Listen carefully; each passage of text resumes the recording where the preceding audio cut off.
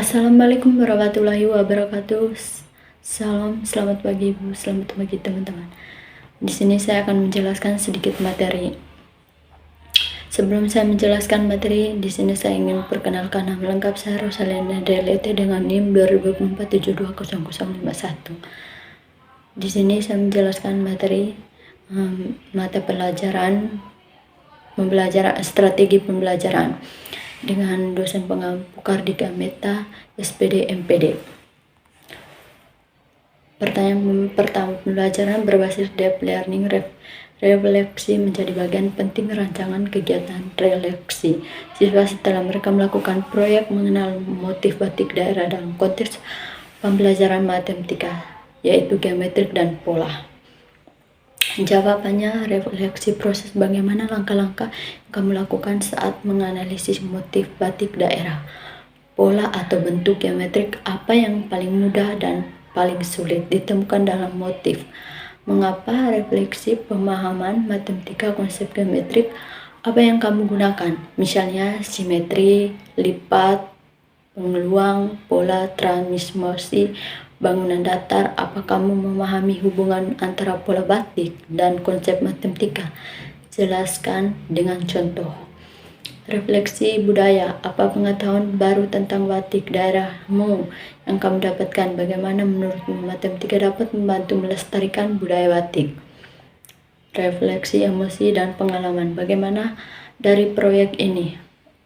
Yang paling membuat senang diskusi berbimbing, guru memandu pertanyaan kritik, apa perasaan dan perbedaan pola batik antara kelompok, konsep matematika apa yang muncul paling sering.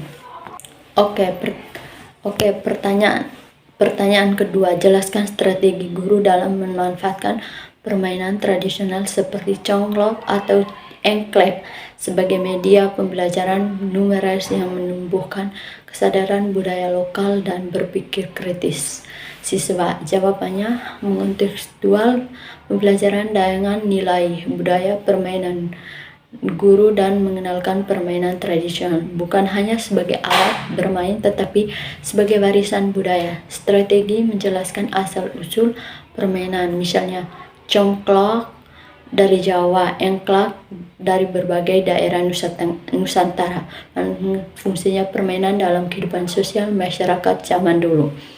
Mengenalkan nilai-nilai budaya seperti gotong royong, ketelitian, strategi, dan sportivitas.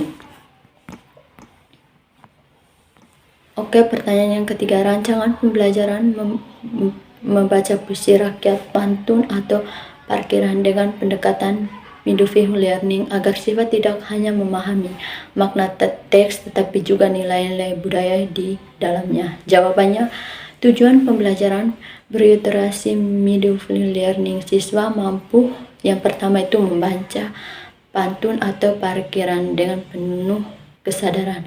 Midwifery memperhatikan bunyi, ritme, dan emosi teks. Kedua, mengidentifikasi makna surat, tersirat, dan puisi rakyat. Tiga, menemukan dan merefleksikan nilai budaya, kesatuan, humor, nasihat, kreativitas lokal, menunjukkan sikap aspiratif terhadap keberagaman budaya Nusantara melalui puisi rakyat. Soal yang keempat, jelaskan bagaimana guru dapat menilai hasil belajar siswa secara estetik dalam kegiatan proyek matematika dalam budaya pasar tradisional yang meningkatkan literasi dan numeris berbasis kreatif lokal. Jawabannya, penilaian estetik berbagai proses astos. Guru menilai bagaimana siswa bekerja, berpikir, berkolaborasi, dan menggunakan matematika dalam proyek berlangsung. A. Observasi terstruktur di lapangan atau pasar tradisional. Guru mencatat kemampuan siswa mengumpulkan data seperti harga barang, satuan barang, jumlah pedagang. Cara siswa menghitung perbandingan harga rata-rata, selisih etnis, kemampuan bertanya sopan kepada pedagang, literasi komunikasi, pemahaman siswa terhadap konteks lokal, misalnya intan, kuping, jagung, timbang muncul. Berikan argumentasi.